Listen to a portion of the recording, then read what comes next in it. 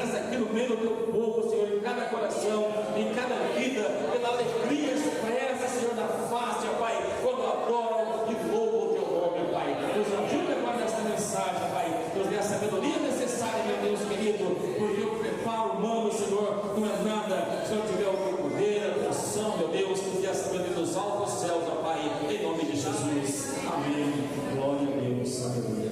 Pode sentar, irmãos, irmãs, tenham vontade.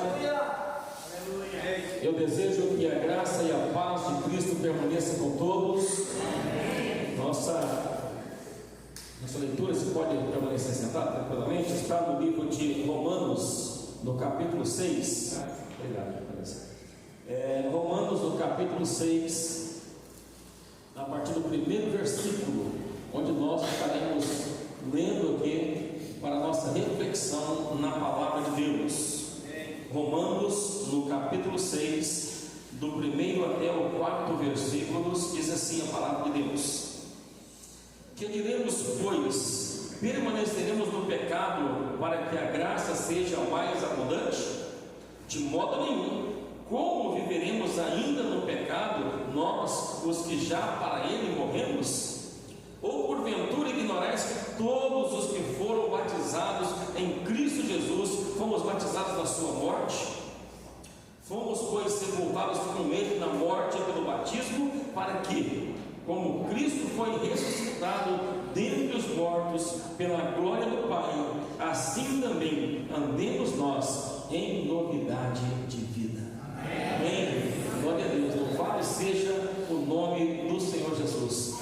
Queridos e queridas irmãos e irmãs, a gente está muito alegre porque Deus tem nos dado o privilégio de mais uma vez falar da palavra de Deus, né? Para mim é um privilégio, porque essa palavra não é minha, mas ela é do Senhor. Muito embora eu esteja transmitindo para você, eu sou apenas um instrumento aqui usado por Ele para transmitir essa palavra para os irmãos aqui, para que vocês possam refletir junto conosco sobre esse tema importante, né? Que já foi falado pelo nosso diretor aqui, mas quero repetir para você: não sou mais escravo, já fui liberto por Cristo.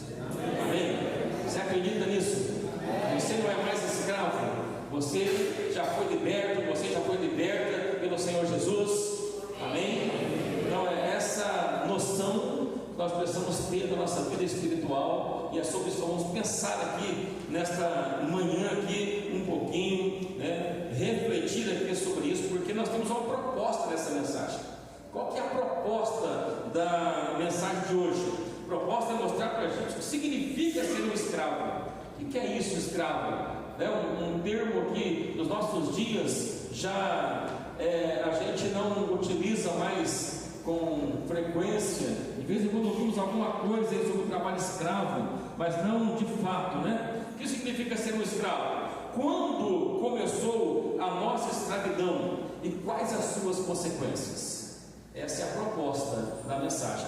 E depois de ter a pretensão de concluir dizendo assim, quando é que nós fomos libertos desta escravidão e como deve viver aqueles escravos que foram alforriados por Cristo?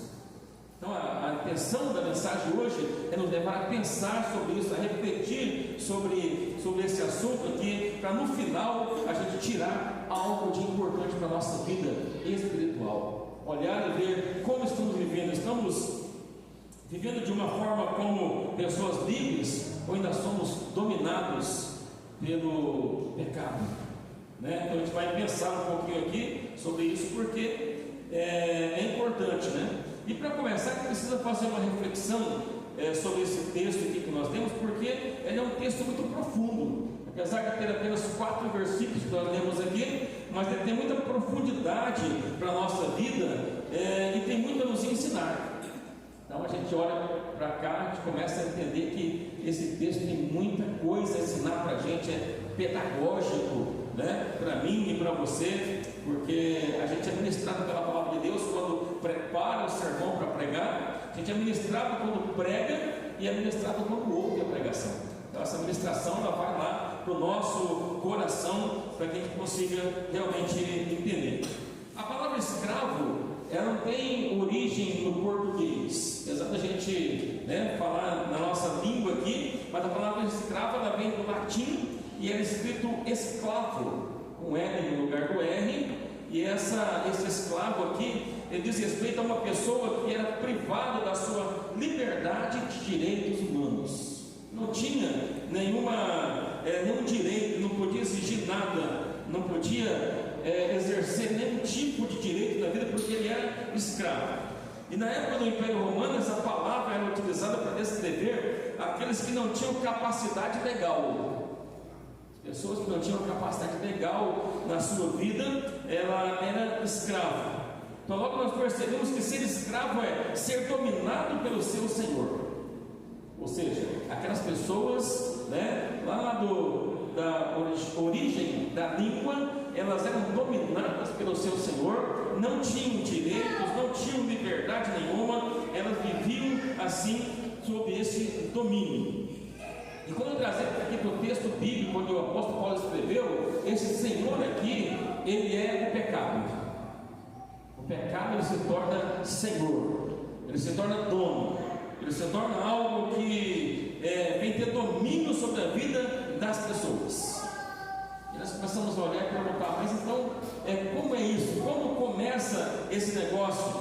Então a nossa escravatura, ela começa lá no início ainda da criação, quando Adão deliberadamente peca, desobedece a ordem de Deus, e o pecado ele entra no mundo. Aí então é revelado para a gente que o nosso, esse dono aí, Senhor da vida das pessoas, dos seres humanos, ele começa a imperar, começa a viver, começa a atuar na vida das pessoas, porque eles agora são dominados pelo pecado. E aí eu olho para cá e penso assim, mas isso traz alguma consequência para a minha vida? Será que ser dominado pelo pecado traz alguma consequência? A gente olha para esse texto aqui e a gente é remetido lá para trás, a gente dá uma volta aqui no passado e começa a entender que traz consequências. E a primeira consequência que traz para a gente é a consequência de ter medo de Deus. Então, ser dominado pelo pecado, a primeira consequência que traz é medo de Deus. Você lembra o que aconteceu com Adão e Eva lá no jardim, depois que eles pecaram? Quando consumaram o pecado, eles perceberam que estavam nus, ficaram com vergonha e ouviram a voz de Deus que vinha lá na viração do dia chamando Adão, Eva. E o que eles fizeram? Qual foi a primeira atitude deles? Foi o que, igreja? Se esconder de Deus. Porque o pecado, ele gera medo de Deus. Ele começa a trazer para a vida do cristão, para a vida do crente, uma sensação de que é preciso se esconder de Deus, se esquivar da presença de Deus, não estar nos lugares onde provavelmente Deus estará. É o que Adão e Eva pensavam. Mas aonde Deus não está? Será que Deus não os via por trás daquelas árvores? Será que Deus não contemplava que eles ali estavam? E o que estava no coração deles ali? Claro que sim, Deus vê todas as coisas, sabe tudo, conhece todas as coisas, e por isso Deus chega e pergunta: por que vocês estão escondidos? Eles falam: ouvimos a tua voz e tivemos medo. Então o pecado, ele gera medo de Deus, Quando eles pecaram, a primeira coisa que eles fizeram, descobriram que estavam nus, eles se esconderam da presença de Deus ali, porque ficaram com medo. Eles param de olhar para Deus, ou seja, a pessoa, quando ela está dominada pelo pecado, ela para de olhar para Deus como um Senhor poderoso, amoroso e salvador, o Deus que nós vimos na lição bíblica hoje pela manhã, e começa a olhar para Deus como um carrasco, alguém que vai punido pelos seus pecados, pelos seus erros, começa a ver Deus de uma forma diferente. É a mesma coisa que acontecia com os escravos. Eles tinham medo dos seus senhores. Quando faziam alguma coisa que estava contrária à vontade dos seus senhores, eles ficavam preocupados, com medo, porque sabiam que teriam consequências pela sua desobediência.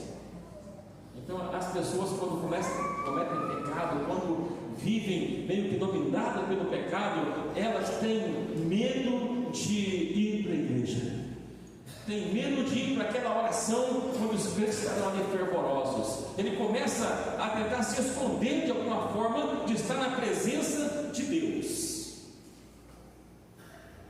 Mas Deus está vendo, Deus está contemplando, Deus está sabendo todas as coisas que acontecem, porque Ele é Deus onisciente. Então, grave aí na sua mente: primeira consequência é medo de Deus. Quando alguém começa a ficar com medo de Deus, é porque alguma coisa na sua vida está errada, algo precisa ser melhorado ou corrigido. E outra consequência não menos grave do que isso: o pecado ele promove o afastamento de Deus. O pecado ele nos afasta. Eu começo a ficar com medo, eu começo a ficar preocupado, eu agora não quero mais estar perto de Deus, eu agora tenho receio de chegar perto de alguém que é usado por Deus, eu tenho medo de estar em qualquer lugar que pode ter a presença de Deus, já que Deus e o pecado não combinam. Deus é santo, e a Bíblia diz que o pecado não combina com Deus. Então são duas coisas totalmente diferentes. Deus é santo e Ele exige que aqueles que dele se aproximam sejam santos. E para isso é preciso a gente procurar cada dia mais olhar para a nossa vida e tentarmos ficar longe do pecado de alguma forma. Porque uma coisa importante a gente pensar: quanto mais longe estamos do pecado, mais perto estamos de Deus. E quanto mais perto estamos do pecado, mais longe de Deus. São duas coisas opostas. Então a gente olha e começa a pensar assim, que quanto mais perto do pecado nós estamos, mais longe estamos de Deus, porque Deus é santo e Ele quer que a gente viva assim. Então, se eu quero chegar mais perto de Deus, se eu quero ter uma vida mais devotada com Deus, se eu desejo, que a minha vida seja cheia do poder de Deus, eu tenho que estar a cada dia mais longe do pecado. Porque quando estamos perto de Deus, nós queremos ir para a igreja, queremos estar perto das pessoas que pensam e que falam em Deus, perto daqueles que cantam louvores a Deus, queremos estar próximo de algo que nos puxe mais para Deus. Então, assim, a gente precisa de fato estar a cada dia se aproximando mais do Senhor. Deixa eu falar uma coisa aqui agora para tranquilizar o seu coração. Talvez alguém está me ouvindo aí e está pensando, e agora, quem poderá me defender? Talvez a gente possa estar pensando isso. Mas para deixar claro para a gente aqui uma coisa: nós não deixamos de ser pecadores pelo fato de nos convertermos a Jesus. Não deixamos de ser pecadores. A natureza humana continua aqui dentro. A gente não deixa de ser pecadores, continuamos sendo pecadores, porém uma coisa é certa: o pecado não é mais o nosso dono. O pecado, ele não domina mais a nossa vida, porque a nossa vida agora ela é dominada por Deus. Ainda pecamos, ainda erramos, falhamos aqui ou ali, mas a gente vai aprendendo com os nossos erros, Lembra aquele louvor? Quero aprender com os meus erros, não mais cometê-los. Muito bonito, Que mostra que a gente aprende. O pecado, ele é pedagógico. Ele vai mostrando para você que você está errado, e aquilo que você fez ontem, você não vai fazer hoje, mas vai errar em outras coisas, mas amanhã você vai ser melhor do que hoje. É importante pensar que a cada dia eu preciso crescer na presença de Deus, e a Bíblia diz que isso vai brilhando, até se tornar dia perfeito. E quando é que nós vamos ser perfeitos? Aqui na terra? No ano de 2030, 50? Não, nós vamos ser perfeitos quando Cristo voltar. Até lá a gente vive que no mundo temos essa natureza pecaminosa, mas não somos mais dominados pelo pecado. É por isso que Paulo escreve assim: que diremos, pois? Ele faz uma pergunta para os irmãos de Roma, a igreja que estava em Roma. Ele pergunta: permaneceremos no pecado para que a graça aumente? Ora, já que onde abundou o pecado, superabundou a graça. Para algumas pessoas tinham na mente assim: então quanto mais eu pecar, mais graça aumenta. Pensamento invertido, Parece que eles tinham esse pensamento diferente aí com relação a isso, porque Paulo fala: onde abundou o pecado, superabundou a graça. Isso aqui não é uma autorização para pecar. Não é autorização para dizer, quanto mais eu peco, mais a graça de Deus aumenta na minha vida. Não, isso aqui é uma amostra que o grande amor de Deus é maior do que o pecado. Que a graça de Deus, ela é superior, ela é suprema, ela é maior do que os pecados, ela consegue livrar a nossa vida, transformar a nossa vida.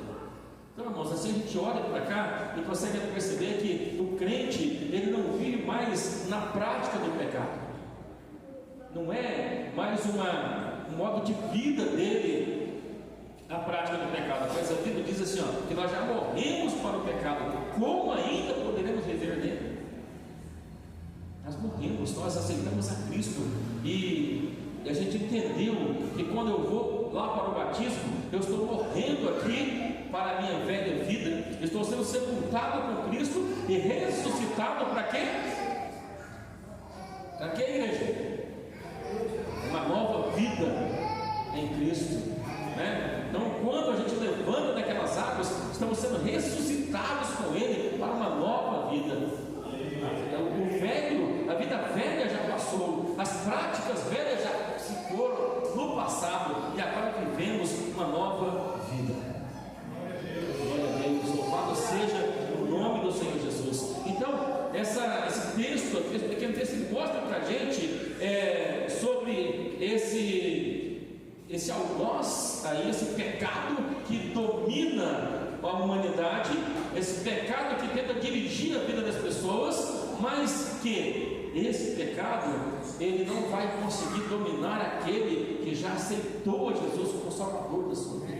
Ele vai tentar, ele vai ficar lá, né? Como diz aquele louvor, todo dia o pecado vem e me chama, e vai dizer que não chama, mas eu escolho quem?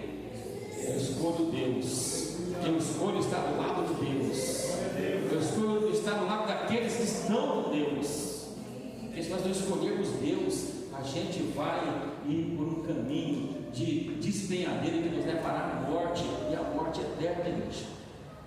Então, a gente começa a entender isso, compreender isso, porque a gente pergunta assim: mas e quando é que nós fomos livres desse poder de pecado então? Quando aconteceu? O que aconteceu? Né? No Brasil teve uma carta lá, né? Que foi, deu liberdade aos escravos, lá no dia 13 de maio, né? Uma princesa chamada Isabel foi lá, escreveu lá e libertou os escravos, né?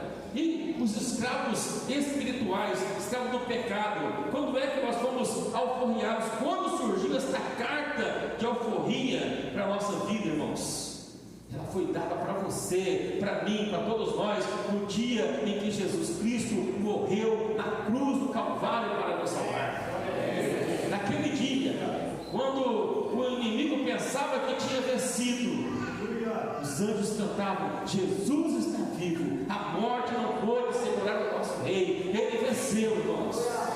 Ele venceu por você, venceu por mim, venceu para que nós pudéssemos ter a vida eterna. Então, quando ele morreu lá naquela cruz do Calvário, era a carta sendo escrita que você está livre do poder do pecado, que ele não tem mais poder sobre a sua vida, que apesar de você pecar ainda, você não é mais dominado pelo pecado, porque ele garantiu a nossa vitória sobre o pecado.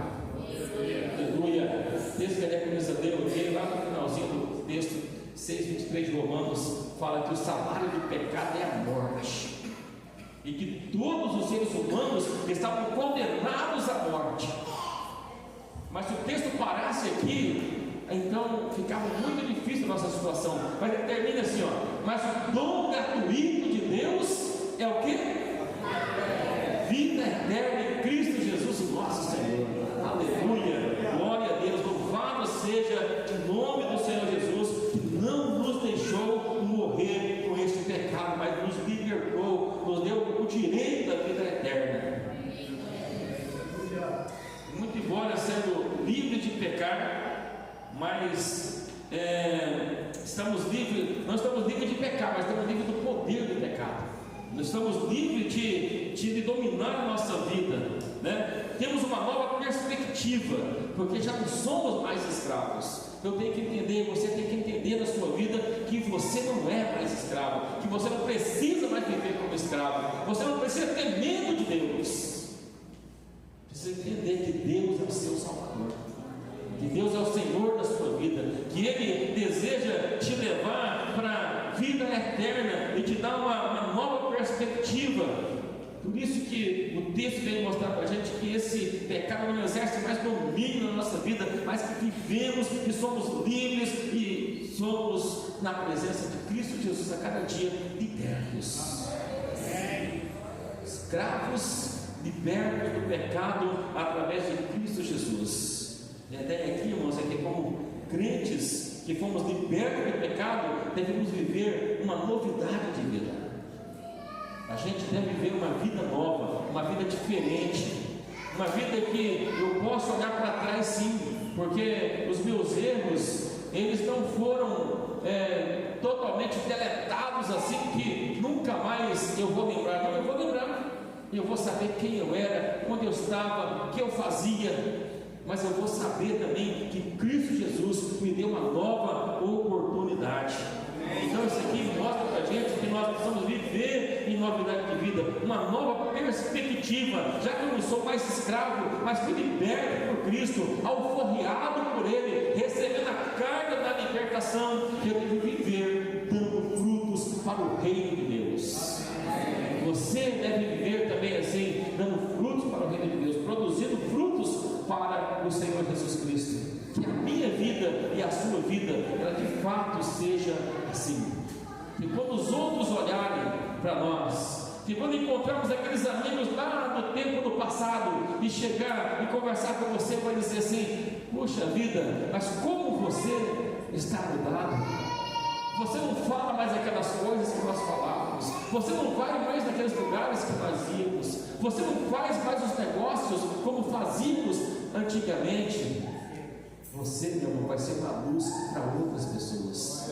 Os outros vão olhar para você e vão ver que de fato você tem Jesus Cristo aí vivo dentro da sua vida, dentro do seu coração, levando outras pessoas a querer também ser como você é, ter a esperança que você tem, porque as outras pessoas não têm essa esperança, eles não têm essa perspectiva de olhar para lá e ver que há uma luz lá no final do túnel, e você tem. Então acredite nisso, aproveite esta oportunidade e viva bem a cada dia na presença do Senhor Jesus Cristo.